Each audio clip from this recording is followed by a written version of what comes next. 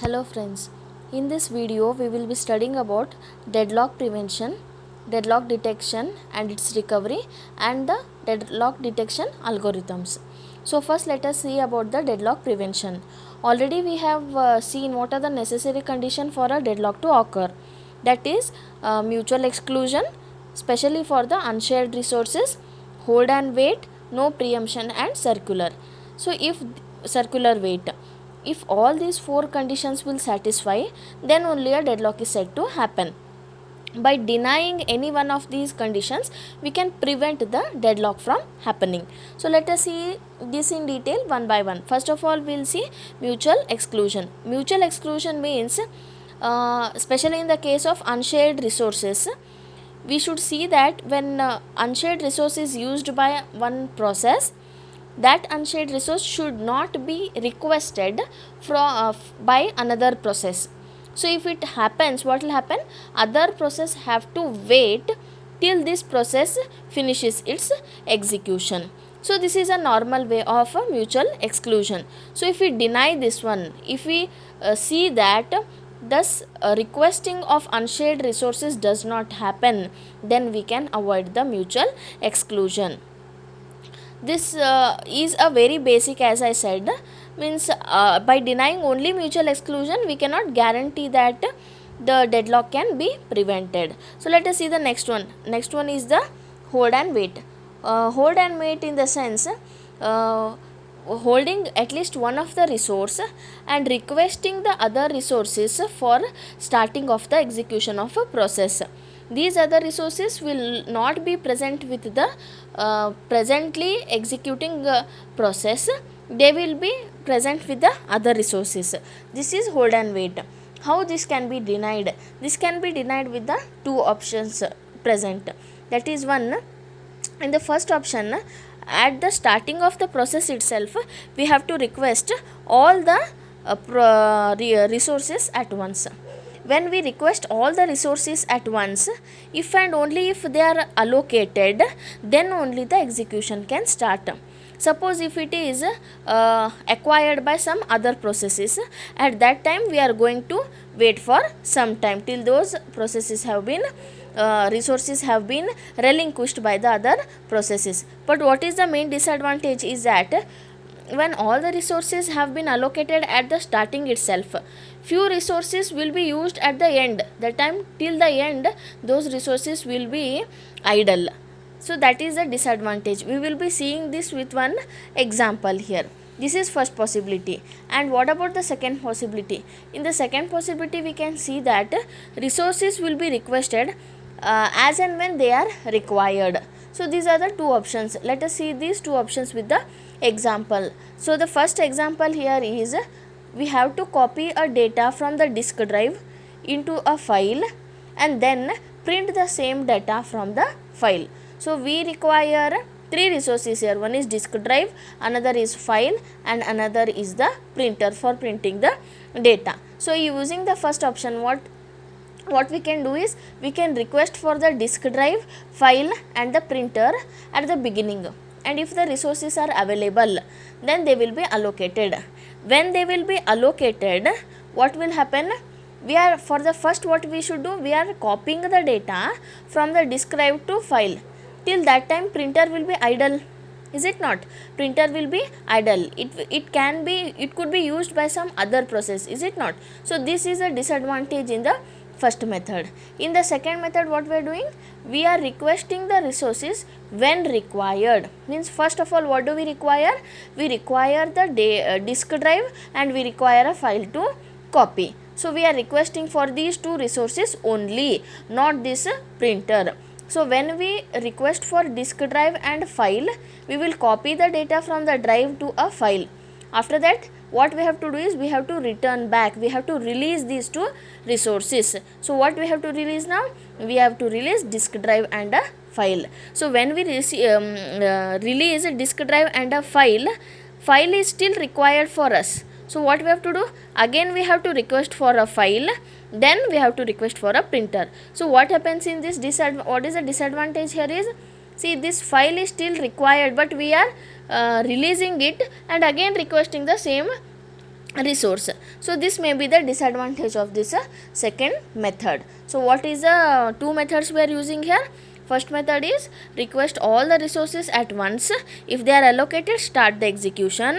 If they are not allocated, wait for the process to get allocated with the resources. In the second option, what we are doing, whenever we require the resources, first we are requesting. If they are free, we are allocating them. After using, first you have to release. After releasing only, next resources can be requested. So by denying these two options, we can avoid the deadlock. So the next one is the no preemption. No preemption means when one process is given resources, it should not relinquish or release the resources until the complete execution is over. So what we have to do here is to deny this preemption. What again, we are having two options. What we are doing in the first option is, see, when we are having some resources but we require some extra resources, what we are going to do is we are going to request those resources. Suppose if the resources are available, then execution can be continued. Suppose if the resources are not available, then what we have to do? If the resources are not available, then for the time being, what will be happening is, whatever resources are present with the process, those will be preempted, means those will be released for the time being, so that it can be given for the other processes for execution. This is one method. And what about the second method? If the resources are not available, or if they are not held by the waiting processes, that time the process should still wait. So these are the two methods in which we can deny the preemptions. So what is the first method? So when the allocated process is requesting for some resources which is not there with it, but it is present with some other processes which are still waiting. So when they are waiting, we can take the resources of those waiting and start execution, and after finishing we can return back. Okay. Second is what? If resources are not available, you have to wait. That is the normal method. So by denying in this way, we can prevent the preemption condition for deadlock to not happen. So next one, we are going to see about the circular wait. So what is circular wait? When the first one waits for the resources taken by the second wait for the resources taken by the third. In this way, similarly, till the last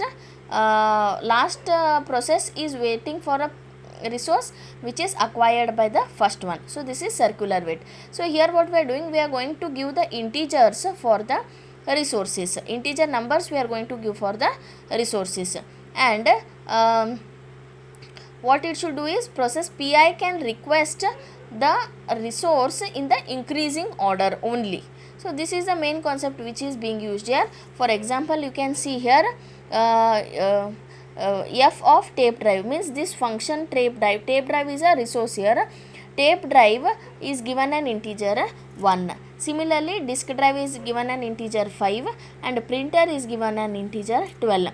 Here first tape drive should be requested, means first if you want the if you want any request of the resources in the increasing order only, you have to see, first you have to use 5 first you have to use 1, then 5, then 12 you have to request. This is in the increasing order. So you can see here, first tape drive should be requested, then disk drive, then the printer should be requested. So in general, what we can write here, function of this resource type Ri should be less than next one. See, function of the resource type Ri is less than the function of the next one. So like that, if you go on writing here a function of Ri, so I am taking the example of R0. R0 should be less than R1, R1 should be less than R2, and similarly it should be less than the Rn. Rn should be less than R0. Now you can see in this equation that f of R0 is less than f of R0. This condition cannot exist, is it not? This condition means it is a false condition. So f of R0 cannot be less than or f of R0. So by using this method where you are giving the integer numbers, we can deny this circular wait. So if we deny the circular wait, then what can happen? we can deny the deadlock situation to occur. So in this way, whatever the necessary conditions we have seen, if we deny those, if we see that these conditions cannot occur, then we can prevent the deadlock situations. So next we will be studying about the deadlock avoidance. So in this deadlock avoidance, we will be seeing about the different types of algorithms which can be used for avoiding the deadlock. Suppose if we cannot prevent the deadlock by these four conditions, next we are going for the deadlock avoidance. So how can we avoid the deadlock is by the way in which they are requested. These algorithms require different types of information. Some may require how much amount of resources are available, then what are the requests, what are the maximum demands. All such informations will be required by the deadlock avoidance algorithms. So in this deadlock we will be first seeing what is a safe state. So what is safe state? A state is said to be safe if a system can allocate all the resources to each process in some order and still avoid the deadlock. Means whenever a request is made by some process, that process can be allocated with that request. After allocating the request also, still the process remains in a deadlock free situation. So this is called as a safe state. Safe state means it is a no deadlock. Deadlock is not happening in the safe state. Unsafe state means it is a deadlock situation. So what is a safe state? So in a safe state, all the resources can be allocated to the process requests. After allocating also, still the system remains in a safe state. So that is without the deadlock. Then in some order, I told you in some order we have to allocate. So what is this order? This is called as a safe sequence. So what is a safe sequence? A safe sequence, a system is in a safe state only if there exists a safe sequence. What is this safe sequence? Safe sequence is some order. In general, informally, a safe sequence is the order of the processes. If we follow that order of allocation of resources, then the system remains in the safe state. That is called as a safe sequence. If it is asked in the exam, you have to write like this: a sequence of a process P1, P2 up to Pn is this is a sequence. This sequence is said to be a safe sequence if and only if a process Pi requests for some resources, and those resources can be fulfilled by the available resources plus the resources which are present with the other resource, that is Pj. Pi is one resource, Pi is requesting. That request can be allocated by available resources, also the resources which are held by Pj. Then what is this j? This j value should be less than the I value. Suppose now P0 and P1. So now if I am wanting P1 is requesting for some resource, then that resource, if it is present with P0, then only it can be taken. J should be less than I. That should be taken care. What is a safe sequence? A sequence in which the resources can be allocated and still the system can remain in the safe state. That is a safe sequence. Now let us see this example here. So we are having three processes, P0, P1 and P2. Then maximum there are 12 tape drives. Tape drive is a resource and maximum there are 12 tape drives. So what is the need of P0? P0 needs maximum 10 tape drives. P1 requires 4 tape drives. P2 requires maximum of 9 tape drives. Okay, this is the need, maximum need it is. But currently what is the situation? Currently P0 is having 5 tape drives, P1 is having 2 tape drives and P2 is having 2 tape drives. Now we have to find the sequence of allocation. So now 5 plus 2, 7, 7 plus 2, 9. Out of 12, 9 are already allocated. So how many are remaining? 12 minus 9. 9, 10, 11, 12. So 3 are still available. So available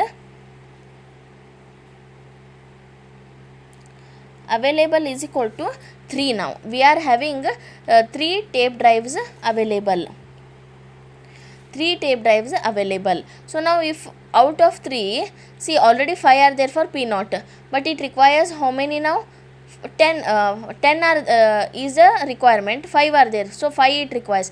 Can we allocate 5? No, because we are having only 3 now, we cannot allocate 5, so leave that. So next we are going for P1. So for P1 it is already having 2. How many more it requires? Maximum need is 4, so it requires 2. From this 3 we can allocate that 2 tape drives to P1. Yes, we can allocate. So from this available 3, 2 tape drives are taken and allocated to P1. So 4 tape drives, 4 and 4 condition, okay, yes. So tape drives are taken, work is done, and they will be submitted back. So when we are allocating here 2 tape drives, so 2 tape drives have been allocated, 1 will remain. So when 1 is remaining here 4 will be allocated. So when this work will finish, that will be given back, those tape drives. So 1 plus 4, now we are having 5. So we are having 5 tape drives. So that 5 tape drives, can it be allocated to the, see maximum need here is 9. In the line we are having after P1, P2. So 9 we are having here. So only 2 are present. So but we are available with only 5. 5 plus 2, 7. But 9 is the need. So we cannot allocate it to P2 now. So again go back to P1. 5 are present. We require 5 more to become 10. We are having 5. So 5 plus 5, 10. 10 are given here. Then 10 will be given back. When 10 will be given back, so what will be the 10 tape drives will be available with us.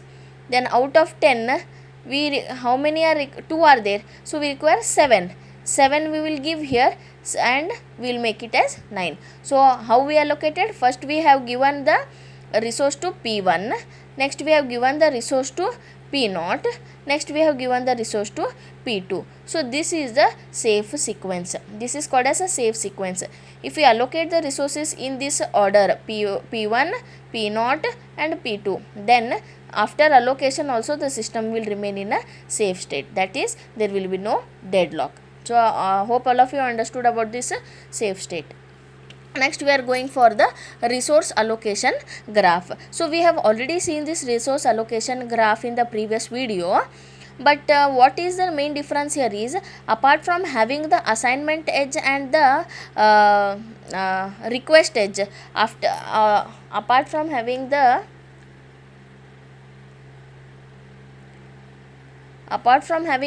request edge and the assignment edge, here one more type of edge is present, that is the claim edge. Claim means what? You are telling that in the near future I may need that resource. So you are saying, you are predicting the request, it may need. So now an edge Pi to Rj, what is a claim edge? So an edge Pi to Rj is called a claim edge. It indicates that the process Pi may need this resource in the future, and it is represented by a dotted line. See the request, see Pi, actually Pi to Rj edge is a request edge. Request edge is indicated by a solid line, but the claim edge is also Pi to Rj, but how it is indicated? It is indicated by a dotted line. So now you can see here that P1 is a dotted line to R2. It means that P1 may request for resource R2 in the future, and same thing here, P2 also may request the resource R2 in the near future. So how this edge is next handled? See, whenever, now this is just a claim edge, means it is just only predicting. Suppose if in the near future P1 will really request, that time this claim edge will be turned to the request edge. Then after the request edge, if this resource is free, then that edge can be converted into the assignment edge. So this is how a claim edge will become a first claim edge will become the as request edge, then it will become the assignment edge. That is what we are seeing here. First it should be request edge, then it will become the assignment edge. Then while returning also, when you are going to release that resource, what we have to do is that assignment edge will be removed, then that request edge also will be removed. Again it will be turned back into the claim edge as it was before. So when the resource is released, it will be again changed into the claim edge itself. Then how this algorithm can be used, that is a resource allocation algorithm. How this resource allocation graph algorithm is used is, it should again not form a cycle in this one. When a claim edge is turned to a request edge, or when it is turned to a assignment edge, it should not be forming a cycle. Now you can see that in the previous example here, you can see in the previous example P1 was claiming for R2 and P2 also was claiming for R2. But even though R2 is free now, it can be allocated to P1 also, it can be allocated to P2 also. Now here what happens to R2? R2 is being allocated to P2. So this claim edge, whatever we are having here, now it is changed to the assignment edge. So R2 is given to process P2. But after changing this, we can see that there is a cycle here. See, you can see a cycle here. So if a cycle is present, then what will happen? It means that the deadlock condition has happened here. See how it has happened. P1 whatever this P2 want a resource resource R1, that resource R1 is present with P1. So P1 is waiting for the resource R2, that R2 is present with P2, means each of them are waiting for these two resources. So this is again a deadlock condition. So this is about the resource allocation graph algorithm. Next we are going to see about the bankers algorithm. This is very important as far as it's concerned to the exams. You are going to study about this one here in the bankers algorithm in the next video.